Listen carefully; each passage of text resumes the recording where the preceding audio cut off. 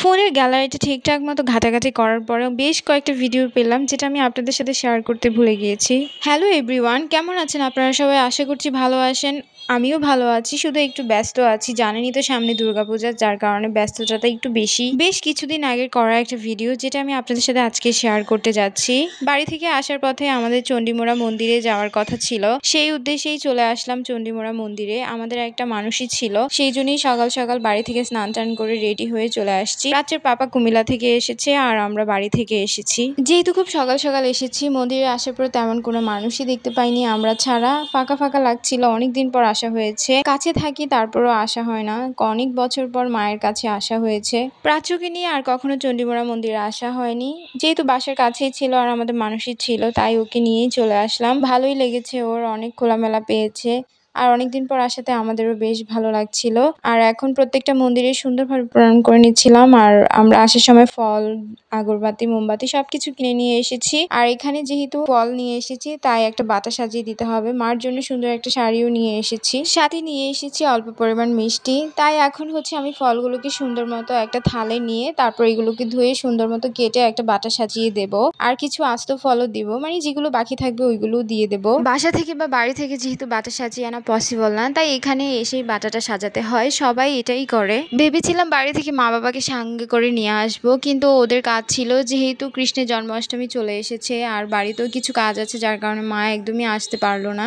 বিয়ের আগে তেমন করে আসা হয়নি চণ্ডীমোড়া মন্দিরে। বিয়ের পর একবার এসেছি, তাও প্রাচ্য হওয়ার আগে। আর এখন আসছি প্রাচ্য হওয়ার পর প্রাচ্যকে নিয়ে। তাই এখন ভালোই লাগছিল, তিনজন আমরা একসঙ্গে এসেছি। এই জায়গাতে যেহেতু আমি ফলটা কাটবো, তাই আগে এখানে একটা ঝাড়ু পেয়েছি, জায়গাটাকে একটু ঝাড় দিয়ে নিচ্ছিলাম। অল্প পরিমাণ ফল আমি রেখে দিয়েছি, যেহেতু আস্ত ফলও দেব, যার কারণে এখানে কিছু ফল ধুয়ে এনে কাটতে বসে পড়েছি আর বাকিগুলোকে আলাদা করে আরেকটা প্যাকেটে রেখে দিয়েছি। মানুষটা ছিল প্রাচ্যের, তাই ওকে আনা একদম আবশ্যক ছিল।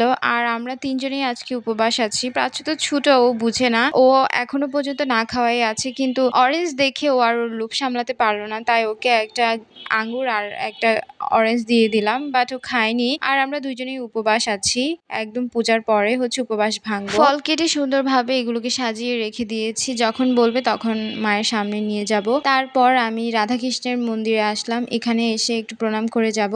আমরা এখানে দুপুর অবধি থাকবো, যেহেতু এখানে রাজভোগের আয়োজন হয়, যার কারণে একবারে রাজভোগ গ্রহণ করি তারপরে আমরা এখান থেকে বের হব। পুজো হতে অনেকটা লেট হচ্ছিল বিদায় আমরা পেছনের পাহাড়ের যে গাছপালাগুলো এখানে আসছিলাম। আর এখানে এসে এত সুন্দর একটা ভিউ পেয়েছি। পূজার জন্য এত সুন্দর গাছ লাগিয়েছে, আর প্রত্যেকটা জবা ফুল গাছ এত সুন্দর করে ফুল ফুটে আছে। এত বিশাল বড় বড় এক একটা জবা, আমি দেখি লোভ সামলাতে পারলাম না। এই জায়গাটাতে আসা হয়নি কখনো। আর প্রাচ্যকে নিয়ে এসেছি, ওকে এনে এখানে লজ্জাপতি গাছ দেখাচ্ছিলাম। যেহেতু ও লজ্জাপতি গাছ দেখেনি, চিনেও না, তাই ওকে ওর পাপা একটু লজ্জাপতির সাথে মিট করাচ্ছিল।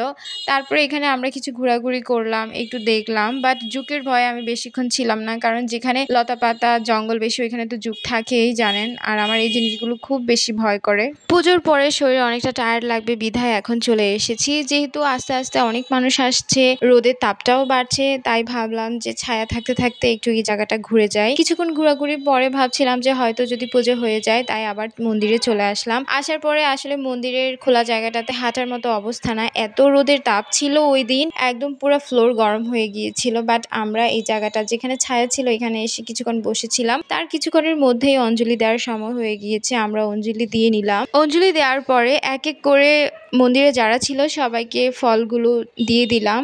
সবাইকে এক এক করে দেওয়ার পরে নিজেরাও নিলাম। তারপরে যেহেতু আমরা রাজভোগের কথা বলে রেখেছিলাম, আর দুপুরে রাজভোগটা নাকি এখানে অনেক বেশি মজা হয়, তাই আমরা রাজভোগ খাওয়ার জন্য বসে পড়েছি। যেহেতু আমরা উপবাস ছিলাম আর যারা উপবাস ছিল ওদেরকে আগে দিয়েছে। এখানে মোটামুটি যারা এসেছে সবাই উপবাসই ছিল, যার কারণে পুজো হওয়ার কিছুক্ষণের মধ্যেই আমাদেরকে খাবার দিয়ে দিল। আর আমরাও খুব মজা করে খেলাম। ঠাকুরের এখানে রান্না বান্না গুলো এত মজা হয়েছে।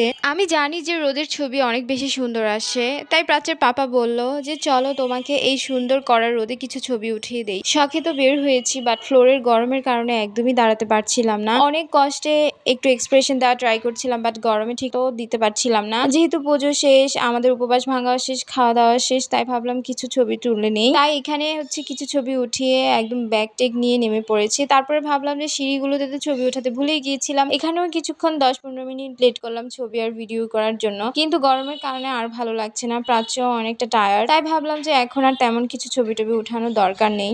সব মিলিয়ে আজকের দিনটা বেশ ভালো কেটেছে। তো আজকের মতো এখান থেকে আপনাদের সাথে বিদায় নিয়ে নিচ্ছি। Tata bye.